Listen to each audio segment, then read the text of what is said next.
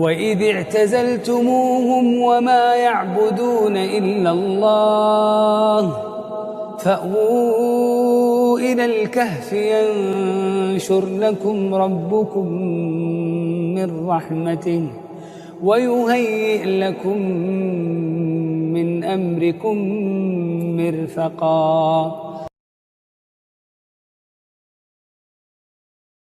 اب ہم اس اجلاس کے بہت ہی اہم موڑ پر آ چکے ہیں جس کا ہمیں شدت سے انتظار تھا۔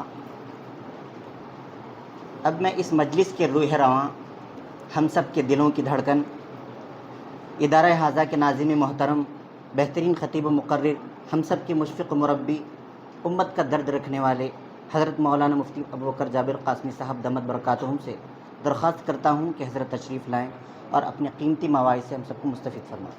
الحمدللہ رب العالمین،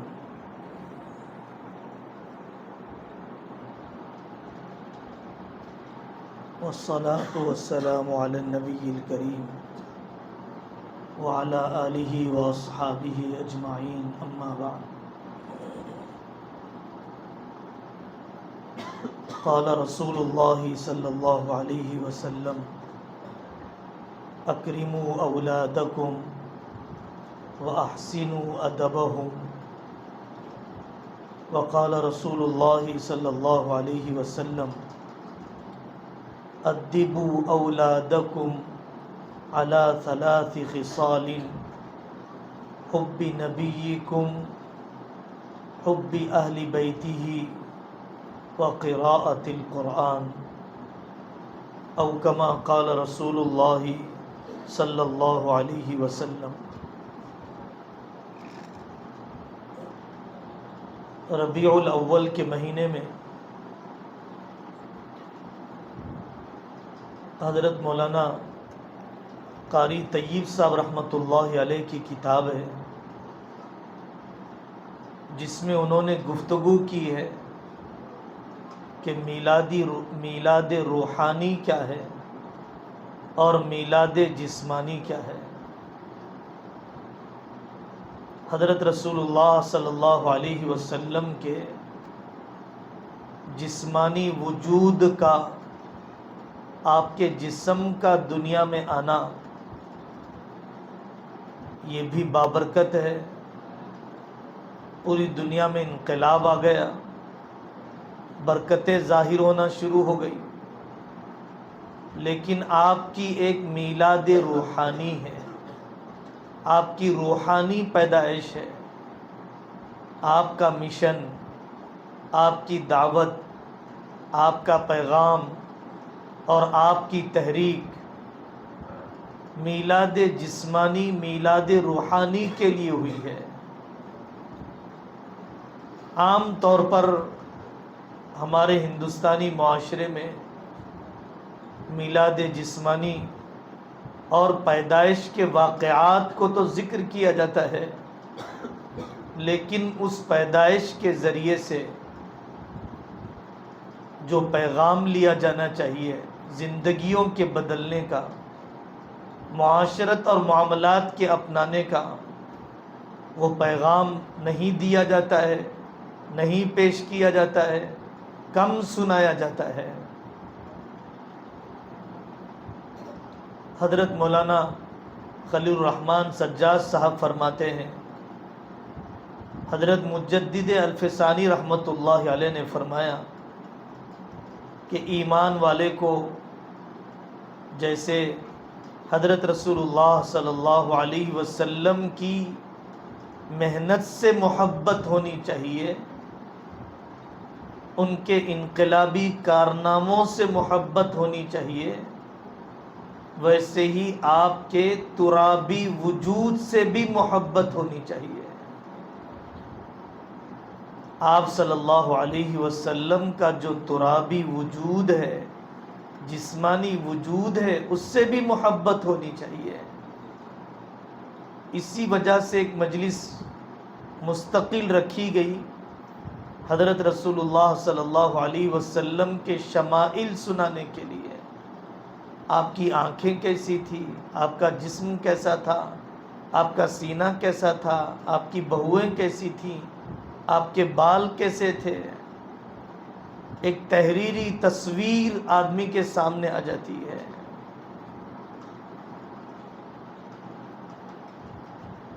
حقیقی پیغام جو لیا جانا چاہیے اس کو چند مثالوں سے ایسے سمجھایا جاتا ہے۔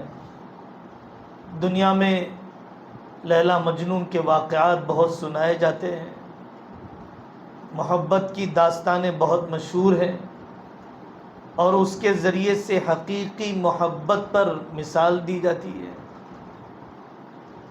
دونوں کے درمیان انبن ہو گئی، روٹھ گئے، دونوں دوستوں کے درمیان دوریاں پیدا ہو گئی، منانے کی کوشش کی جانے لگی۔ جب یہ مجنون صاحب بہت ناراض ہو گئے اور مسجد کا کونا پکڑ لیا۔ اس زمانے میں عشق میں فسق نہیں ہوا کرتا تھا، اور اس زمانے کے عشق کے اندر بدکاری کا تصور نہیں ہوا کرتا تھا۔ ابن قیم جوزی رحمۃ اللہ علیہ نے اپنی کتاب نزہۃ المشتاقین میں ان عشاق کے واقعات کو ذکر کیا ہے کہ جن کی محبتیں بہت زیادہ ستھری تھیں۔ تو لیلا نے پہلے برتن میں دودھ بھیجا منانے کے لیے، تو بجائے وہ دودھ لے جا کر دینے والے نے اندر بیٹھے ہوئے مجنون کو دینے کے چبوترے پر بیٹھے ہوئے ایک نوجوان کو دے دیا، اور سمجھا کہ یہی مجنون ہے۔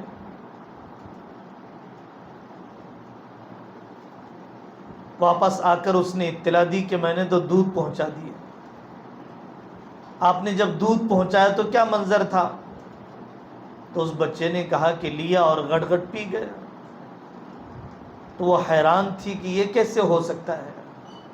دوبارہ بھیجا، تیسری مرتبہ بھیجا، چوتھی مرتبہ بجائے دودھ بھیجنے کے اسی برتن میں چاقو رکھ کر بھیجا، اور یہ کہا کہ آج ہم آپ سے دودھ پلوانا نہیں چاہتے ہیں، جسم کے کسی حصے کا ٹکڑا چاہتے ہیں۔ وہ بچہ جو درمیان میں واسطہ تھا جب چھری لے کر پہنچا، چبوترے پر بیٹھے ہوئے نقلی عاشق نے دیکھا کہ آج تو چھری آئی ہے، دودھ نہیں آیا ہے۔ اس نے کہا کہ گوشت کا ٹکڑا دینے والا عاشق اندر بیٹھا ہوا ہے، میں تو دودھ پینے والا عاشق ہوں بس۔ ہمارے معاشرے کے اندر حلوے مانڈے کھانے والے عاشق، بیرقیں سجانے والے عاشق، قالینیں بچھانے والے عاشق، اور دوسرے وہ عاشق کے جو واقعی قربانی دینے کے لیے تیار ہوں، اپنے رواج کو ذبح کرنے کے لیے تیار ہوں، اپنی فیشن پرستی سے توبہ کرنے کے لیے تیار ہوں۔ دوسری مثال بزرگوں کے پاس دی جاتی ہے کہ ایک شاگرد نے اپنے استاد کی مہمان نوازی کرنا چاہا۔ اس نے اپنے استاد کو بلایا، سڑکوں پر قوالیاں لگا دی استاد کی تعریف میں، پھول سجا دیے، اور استاد جب آنے لگے اوپر گلاب کی پنکھڑیاں بکھیری گئی، دسترخوان چن دیا گیا، مختلف قسم کے کھانے رکھ دیے گئے۔ استاد نے سب کچھ کھانے کے بعد، اکرام کے بعد، استقبال کے بعد طالب علم سے پوچھا، شاگرد سے پوچھا، ہوم ورک تو بتاؤ۔ تو شاگرد نے جواب دیا کہ سارا وقت تو اسی سجانے میں گزر گیا ہے، ہوم ورک کرنے کا وقت ہی نہیں ملا۔ کوئی سمجھدار استاد ایسی حرکت پر خوش نہیں ہوگا۔ امت مسلمہ ربیع الاول میں اس قسم کے نمائشی اور اس قسم کے رواجی بہت سارے کام تو کریں، غیروں کی نقالی میں کبھی کھانا کھلایا جانا، شربت پلایا جانا، لیکن حضرت رسول اللہ صلی اللہ علیہ وسلم پر سلیقے سے درود شریف پڑھنے کے لیے تیار نہ ہو، سیرت کی چھوٹی سی چھوٹی کتاب پڑھنے کے لیے تیار نہ ہو، غیر مسلم بھائیوں تک ان کی زندگی پہنچانے کے لیے تیار نہ ہو، اپنے شادی جنازوں کو ان کے رخ پر لانے کے لیے تیار نہ ہو، تو یہ وہی حرکت کہلائے گی جو اس شاگرد نے اپنے استاد کے ساتھ کیا ہے۔ تیسری مثال علامہ روم رحمۃ اللہ علیہ نے مثنوی میں ایک جگہ پر دی ہے۔ ایک آدمی کی دوستی تھی اپنے کتے سے، بہت زیادہ گہرا تعلق تھا، اور کتا اپنے کھانے پینے کا گزر بسر خود ہی تلاش کر لیا کرتا۔ بیمار پڑ گیا، چلنا پھرنا بند ہو گیا، دانے پانی کی کوئی شکل نہیں رہی۔ اس کا دوست آ کر کتے کے سامنے بیٹھے ہوئے رونے لگ گیا۔ سر پر روٹیوں کی ٹوکری رکھی ہوئی ہے اور وہ اپنے کتے کے سامنے بیٹھ کر مرثیہ پڑھ رہا ہے کہ میں آپ سے جدا ہو کر رہ نہیں پاؤں گا، آپ کی وفاداریاں مجھے یاد آتی رہیں گی۔ اپنے کتے سے محبت کا دم بھر رہا ہے، اور اس کے سر پر جو روٹیوں کی ٹوکری رکھی ہوئی ہے، روٹی ڈالنے کے لیے تیار نہیں ہے۔ ہمارے علاقے میں کہاوت ہے کہ چمڑی تو جائے دمڑی نہ جائے، پیسے بچانے کی فکر۔ جلسے تو ہو رہے ہیں لیکن داڑھی رکھنے والوں میں اضافہ بھی ہو جائے، حیا اور شرعی پردے میں ترقی بھی تو ہو جائے، شادی کی کوئی رسم میں کمی تو آ جائے، علاقوں میں ماں باپ کے نافرمان تو کم ہو، ناجائز تعلقات کا گلیوں سے خاتمہ تو ہو۔ حضرت رسول اللہ صلی اللہ علیہ وسلم کی پیدائش کا دن ہے، اس لیے میں آج محلے میں کسی کو سونے نہیں دوں گا۔ آج میرے رسول صلی اللہ علیہ وسلم دنیا میں تشریف لائے، آج سڑکیں جام کر دی جائیں گی۔ یہ کون سی رحمت للعالمین کی ترجمانی کی جا رہی ہے؟ بات وہی ہے کہ ہم نے اس ملک میں رہتے ہوئے غیروں سے سیکھا زیادہ ہے، سکھایا کم ہے، لیا بہت زیادہ ہے، دیا بہت کم ہے۔ ہم نے ان کی نقالی میں حضرت رسول اللہ صلی اللہ علیہ وسلم سے عشق کے اظہار کے مناسب طریقوں کو تک ٹھکرا دیا ہے۔ دوسری بات جو اس موقع پر عرض کرنا ہے، سرپرست آئے ہوئے ہیں، ماں باپ بہت دور دور سے آتے ہیں، اللہ آپ کو جزائے خیر عطا فرمائے۔ بہت بیمار رہنے والی مائیں بھی ورنگل، محبوب نگر اور کن کن علاقوں سے سفر کر کے یہاں پر آئی ہے۔ اولاد کی تربیت سے متعلق بہت سے پہلو ہیں، لیکن اس موقع پر جو عرض کرنا ہے، حضرت رسول اللہ صلی اللہ علیہ وسلم کی حدیث ہے، اکرموا اولادکم واحسنوا ادبہم، اپنی اولاد کا اکرام کرو۔ کچھ دن پہلے جرمنی اور یو ایس سے ماسٹرز اور پی ایچ ڈی کرنے والے دوست ایک صاحب آئے اور باتوں باتوں میں کہنے لگے کہ واقعی ہمارے معاشرے میں اپنی اولاد کو رسپیکٹ نہیں دیا جاتا، اکرام نہیں کیا جاتا، برے القاب سے پکارا جاتا ہے، گھٹیا زبان استعمال کی جاتی ہے۔ اکرام کا جب لفظ آتا ہے، علماء کا اکرام، بوڑھوں کا اکرام، ماں باپ کا اکرام، قرآن کا اکرام، اپنی اولاد کا اکرام، اپنے چھوٹوں کا اکرام۔ حضرت رسول اللہ صلی اللہ علیہ وسلم اپنی بیٹی حضرت فاطمہ رضی اللہ عنہا کا اکرام کیا کرتے تھے۔ سفر میں جب آپ جاتے تھے تو سب سے آخری ملاقات حضرت فاطمہ رضی اللہ عنہا سے کرتے، جب سفر سے واپسی ہوتی تو سب سے پہلی ملاقات حضرت فاطمہ رضی اللہ عنہا سے فرماتے، تاکہ جدائیگی کا فاصلہ کم ہو جائے، تاکہ فراق کی مدت کم ہو جائے۔ اور دسیوں روایتوں میں ہے کہ حضرت فاطمہ رضی اللہ عنہ جب آپ کی خدمت میں حاضر ہوئی تو آپ ان کے استقبال میں کھڑے ہو گئے، آپ نے ان کے ہاتھ کا بوسہ دیا، آپ نے ان کی پیشانی کا بوسہ دیا۔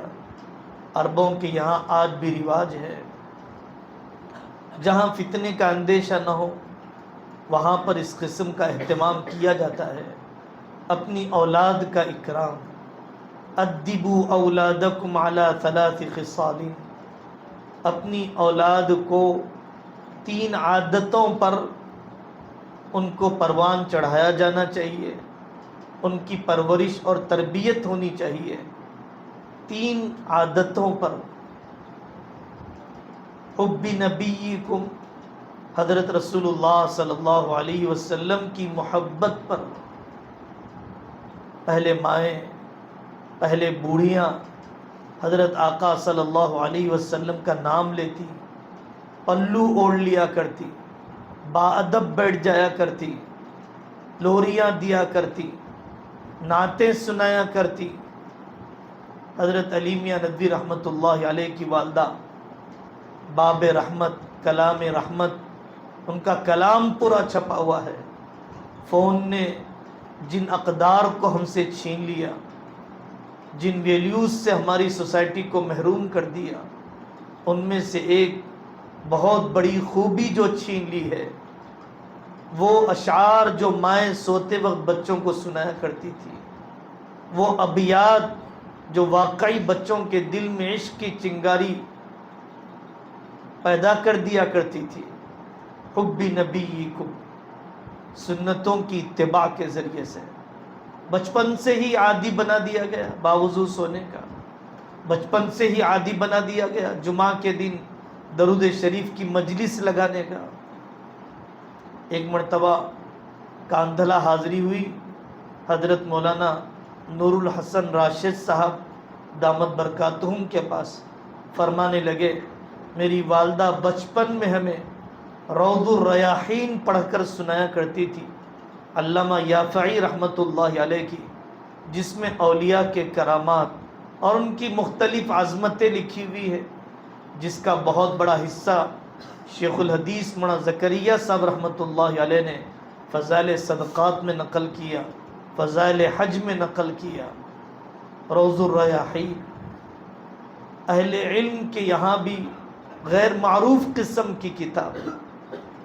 حضرت علی میاں ندوی رحمۃ اللہ علیہ فرمایا کرتے تھے ہمارے گھر کی عورتیں شاہنامہ اسلام پڑھا کرتی تھی، فتوح الشام علامہ واقدی رحمۃ اللہ علیہ کی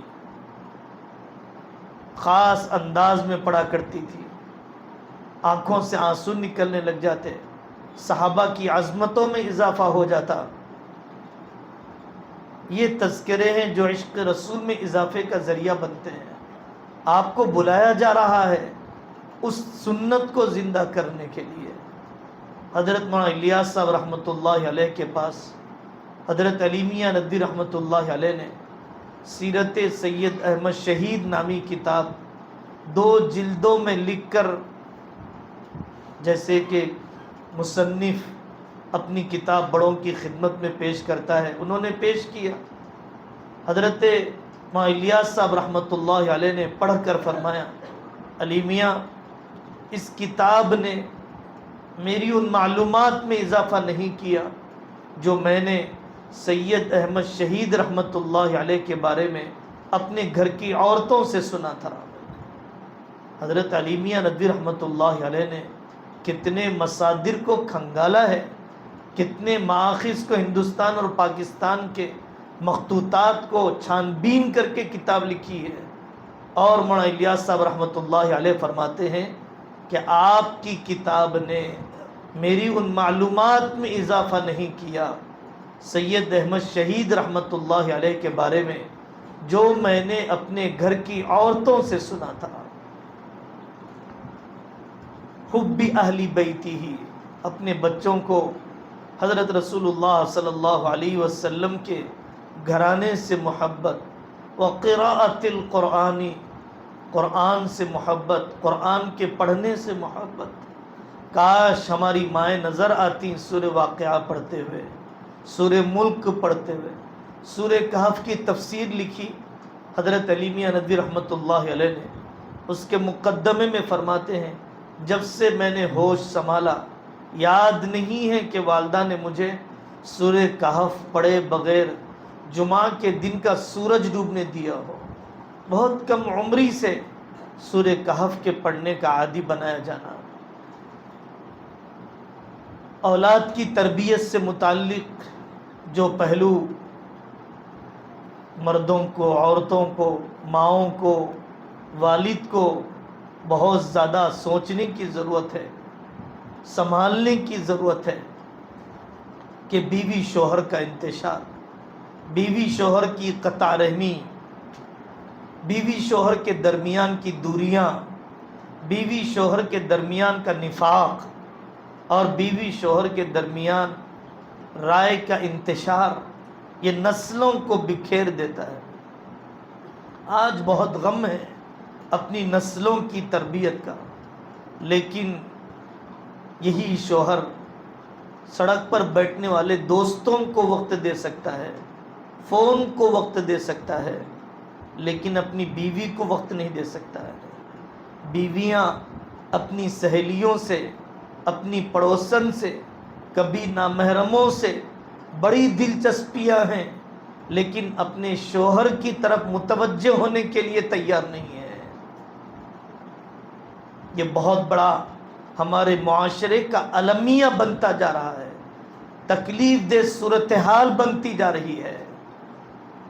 جن سے شریعت نے دوریاں پیدا کرنے کے لیے کہا ان سے نزدیکیاں بڑھائی جا رہی ہے، اور جن سے کوئی پردہ نہیں ہے، فاصلہ نہیں ہے، ان سے دوریوں کے ساتھ زندگیاں گزاری جا رہی ہے.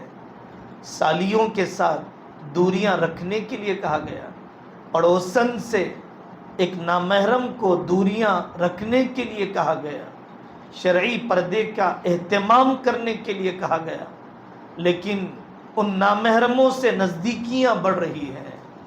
دیورانی سے، جٹھانی سے، گھر میں کام کرنے والی خادمہ سے، آٹو چلانے والے ڈرائیور سے، اور پتہ نہیں کہاں کہاں کی دلچسپیاں ہیں. آدمی رات کے اندھیرے میں شیطان کے سامنے ہار ماننے کے لیے تیار ہے، عریانیت کے سامنے ہار ماننے کے لیے تیار ہے، لیکن اپنی بیوی کے سامنے ہار ماننے کے لیے تیار نہیں ہے.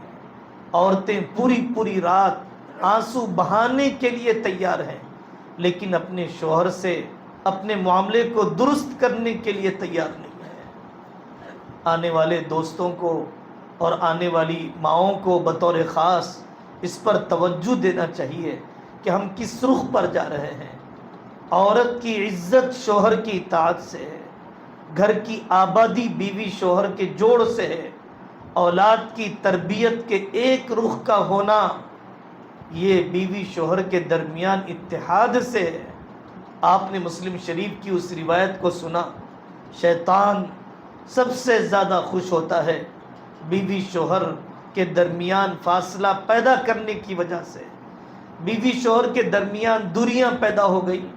کائنات کے سارے رشتے اسی رشتے سے شروع ہوتے ہیں. جب اس رشتے کے اندر دراڑ پڑ گئی ہے اور اس رشتے کو اپنی انا کے لیے ذبح کر دیا گیا، اپنی ضد کے لیے بھینٹ چڑھا دیا گیا، اب ددیال اور ننیال میں جوڑ کیا پیدا ہوگا؟ ماموں چچا میں کیا جوڑ پیدا ہوگا؟ خالہ پھپھو میں کیا جوڑ پیدا ہوگا؟ پوترے نواسوں میں کیا جوڑ پیدا ہوگا اگر بیوی شوہر نے اپنے درمیان جوڑ پیدا نہیں کیا؟ سرپرستوں سے متعلق تیسری بات یہ ہے، اور اس بات کو بار بار دہرایا جاتا ہے، جیسے پوری بلڈنگ بنانے سے پہلے اس کا خاکہ پہلے سے سوچا جاتا ہے، ڈیزائن کرنے والے انجینئر سے کہا جاتا ہے کہ پورا ڈیزائن کر کے دیجئے، عمارت کیسے کھڑی ہوگی، کیسے نظر آئے گی. اسی طرح آپ اپنی اولاد کے تعلیمی سفر کا پورا خاکہ بنائیے، تعلیمی سفر کا پورا منصوبہ اور نقشہ طے کیجئے. فلاں رشتہ دار نے آ کر کہا کہ اس کو 12ویں کا ایگزام دلا دیجئے، فلاں چچیرے پھپھیرے بھائی نے کہا کہ اس کی ڈگری بھی کروائی جا سکتی ہے اوپن سے۔ عام طور پر اس قسم کے گھرانے نہ اولاد کو عصری تعلیم کا کوئی پختہ اور کوئی باصلاحیت انسان بننے دیتے ہیں، نہ ہی دینی تعلیم کے اعتبار سے اسے مضبوط و مستحکم رہنے دیتے ہیں۔ روزی کا تعلق عقل سے نہیں ہے، روزی کا تعلق علم سے نہیں ہے۔ اللہ تعالیٰ نے پیدا کیا ہے، زندگی دے رہے ہیں، روزی بھی دیں گے، ان پڑھوں کو دے رہے ہیں، کافروں کو دے رہے ہیں۔ علم کا حاصل کرنا روزی کے لیے کبھی بھی خیر القرون کے دور میں نہیں تھا۔ علم کا حاصل کرنا رب کی معرفت کے لیے، علم کا حاصل کرنا خدمت انسانیت کے لیے، علم کا حاصل کرنا اپنی شخصیت اور پرسنالٹی کے سنوارنے کے لیے، یہ اونچے مقاصد تھے۔ لیکن روزی کا مسئلہ ذہن و دماغ پر اتنا سوار ہو گیا، ایسے ملک میں، ایسے زمانے میں کہ جہاں پر چپراسی کی نوکری کی، جب نوکری کا اعلان حکومت کی طرف سے آتا ہے تو انجینئر حضرات کی درخواست ہزاروں کی تعداد میں حکومت کے پاس جمع ہوتی ہے۔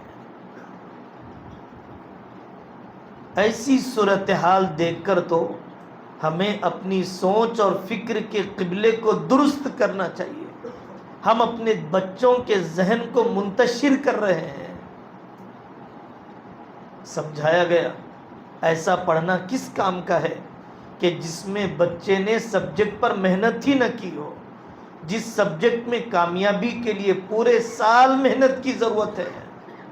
یہ سمجھا جائے کہ چند دن کی تیاری کے ذریعے سے اس بچے کے ہاتھ میں 12ویں کی سرٹیفکیٹ آ جائے گی، ڈگری کی سرٹیفکیٹ آ جائے گی۔ یہ ڈگری اسے نوکری کے میدان میں کیا نفع دینے والی ہے؟ یہ ڈگری اسے عملی زندگی میں کیا نفع پہنچانے والی ہے؟ اور ہمارے پاس 5 سالہ نظام ہے، اور اس 5 سالہ نظام کو بھی بہت سارے پہلوؤں سے بہت زیادہ بوجھل اور بہت زیادہ باوزن اور اس کو ہماجہتی قسم کا نفع بخش بنانے کی کوشش کی جا رہی ہے۔ علم کوئی ایسی چیز نہیں ہے میرے بھائی کہ چپ ہو دماغ میں فٹ کر دی جائے، کوئی ٹیبلٹ ہو حلق سے اتار دی جائے، کوئی سیرپ ہو پلا دیا جائے کہ 10th کی پڑھائی کا ایک سیرپ ہے، پلا دیں گے تو فوراً 10th کا پورا علم آ جائے گا۔ پی ایچ ڈی کی کوئی ٹیبلٹ ہے، کھلا دیں گے پی ایچ ڈی کی عقل آ جائے گی۔ جو بوجھ ہم اپنی اولاد پر ڈال رہے ہیں، کیا وہ بوجھ ہم خود اٹھا سکتے ہیں؟ یہ وہ حقیقتیں ہیں جس کو نظر انداز کیا جا رہا ہے۔ طالب علم ابتدائی جماعتوں میں امتیازی تھا، اپنی جماعت میں رینک لاتا تھا، لیکن ماں باپ نے اس کے ذہن کو منتشر کر دیا، اس کی یکسوئی کو ختم کر دیا۔ اس کے بعد طالب علم کے ناغے ہونے لگ گئے، سبق کی غیر حاضری، پھر سبق سے بیزاری، پھر اس کے بعد وہ اپنی جماعت کا کمزور طالب علم بن گیا، پسماندہ طالب علم بن گیا۔ یہ ماں باپ کی نادانی کی وجہ سے ہے۔ یہاں پر آپ کو بلایا جاتا ہے اسی لیے تاکہ ہم اپنی نسل کی تعلیم کے سلسلے میں صحیح ڈگر، صحیح بنیاد، صحیح اساس اپنی نسل کے لیے ہم طے کر سکیں۔ چھٹیاں کیسے گزاری جائیں؟ چھٹیوں کے اوقات بہت زیادہ فیصلہ کن قسم کے ہوتے ہیں زندگیوں میں۔ اگر چھٹیاں نیکیوں کے ساتھ، اعمال کے ساتھ اور مدرسے میں جو کام ہوا کرتے تھے ان کاموں کے تسلسل کے ساتھ، دینی ماحول کے ساتھ اگر گزاری جاتی ہیں تو طالب علم واقعی اس حال میں واپس آتا ہے کہ اس نے اپنی معاشرت کی کمزوریوں کا علاج کر لیا، اپنے ماں باپ کی دعائیں لے لی، اپنے بھائی بہنوں کا دل جیت لیا، اپنے مسجد کے امام صاحب کے پاس مقام بنا لیا، اپنی دادی نانی کی دعاؤں میں حصہ بنا لیا، اس حال میں وہ طالب علم آتا ہے۔